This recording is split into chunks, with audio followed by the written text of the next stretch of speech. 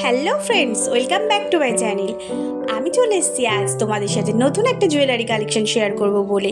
তো চলো চটপট শুরু করি। সবার আগে এখানে আমি একটা হাফ সার্কেল মাউন্ট বোর্ড কেটে নিয়েছি। এবার সেটার উপরে আমি লাল কালারের একটা কাপড় কিভাবে আটার সাহায্যে লাগিয়ে নিচ্ছি তোমরা সবাই ভালোভাবে দেখে নাও। চলো, কাপড়টা লাগানো হয়ে গেছে। এবারে কি করব, এবারে একটা ইয়েলো কালারের পমপম চেন নিয়ে নিলাম। পমপম চেনটা ভালোভাবে আটার সাহায্যে হাফ সার্কেলের সাইড থেকে লাগিয়ে নিলাম। চলো, এবার এখানে আমি না 6টা কড়ি ইউজ করব আর 4টে কটন বল ইউজ করব ইয়েলো কালারের। এবার আমি এখানে হাফ সার্কেলের উপর দিকে দুটো সমান পরিমাপ মতন ছিদ্র করে নিয়ে তাতেই তারের মতন অংশটা ভালোভাবে নটটাই করে নেব। এবার আমি তার মধ্যে দিয়ে একে একে প্রথমে কড়ি দেব এবং তারপরে ইয়েলো কালারের কটন বলটা দিয়ে নেব।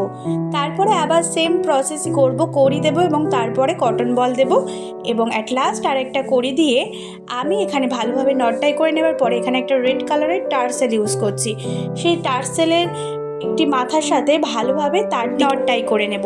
ঠিক একই রকমভাবে আমি ওই পাশের ছিদ্র থেকেও তার লাগিয়ে সেখানে এভাবে টার্সেলটা লাগিয়ে নিলাম। চলো, এভাবে আমার টার্সেলটা লাগানো কমপ্লিট। এবার পিছন দিকটা কেমন দেখাচ্ছে, পিছন দিকটায় আমরা একটা রেড কালারের কাপড় সমান পরিমাপ মতন কেটে নিয়ে আঠার সাহায্যে সেই জায়গাটায় লাগিয়ে নেব। রেড কালারের কাপড়টা লাগানো হয়ে গেলে এবার সামনের অংশের ডিজাইনের কাজটা আমরা করে নেব। এখানে আমি না একটা নামের উপরে এই হারটা তৈরি করছি। তোমরা চাইলে তোমাদের নিজেদের নাম দিয়েই তৈরি করতে পারো। তো আমি এখানে যে নামটা লিখছি সেটা হচ্ছে কঙ্কনা। খুব সিম্পল ডিজাইন রাখছি। আমি ডাইরেক্ট ফেব্রিক দিয়ে এখানে কালারটা ইউজ করে নিচ্ছি। তোমরা চাইলে আগে পেন্সিল দিয়ে ভালোভাবে ডিজাইনটা করে নিয়ে তার উপরে কালারটা করতে পারো, যাতে কোনো অসুবিধা না হয়। খুবই সিম্পল রাখছি। সাইড থেকে কিছু ফ্লাওয়ার করছি, দুই সাইডেই ফ্লাওয়ার করে নিচ্ছি। তারপরে এখানে লাইট গ্রিন কালার ইউজ করে আমি কিছু পাতার শেপ দিয়ে নিচ্ছি। খুব সিম্পলভাবে এখানে আমার হাতটা কমপ্লিট হয়ে গেছে। একই রকমভাবে মাউন্ট বোর্ড দুটো রাউন্ড শেপ কেটে নিয়ে তার গায়ে রেড কালারের কাপড় লাগিয়ে নিয়ে এবার কিছুটা অংশ সমান পরিমাপ মতন আমি একটা পমপম চেন হাফ সার্কেলের গায়ে ভালোভাবে আঠার সাহায্যে লাগিয়ে নিলাম। একই রকমভাবে আরেকটিতেও আঠার সাহায্যে পমপম চেনটি হাফ সার্কেলে লাগিয়ে নেব। ঠিক একই রকমভাবে লকেটটার মতন এখানেও আমি ইয়াররিংসের উপরেও কঙ্কনা নামটি লিখে তার পাশ থেকে ফ্লাওয়ার ডিজাইন করেছি একই রকমভাবে এবং পিছনে হুক অ্যাটাচ করে নিয়েছি ইয়াররিংসের জন্য।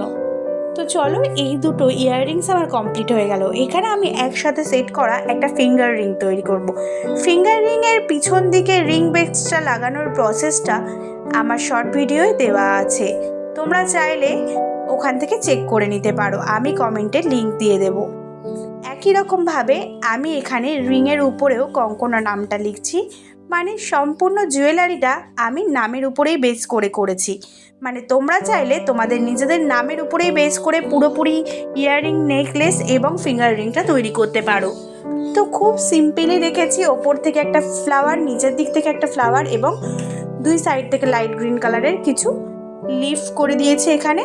তো চলো, অ্যাট লাস্ট এখানে আমার সব কিছুই কমপ্লিট হয়ে গেছে। পুরো সেটটা কেমন লাগছে অবশ্যই কমেন্টে জানিয়ে যাবে এবং চ্যানেলে নতুন হয়ে থাকলে চ্যানেলটিকে সাবস্ক্রাইব করে নিয়ে পাশে থাকা নোটিফিকেশান বেলটি অন করতে কিন্তু একদমই ভুলো না।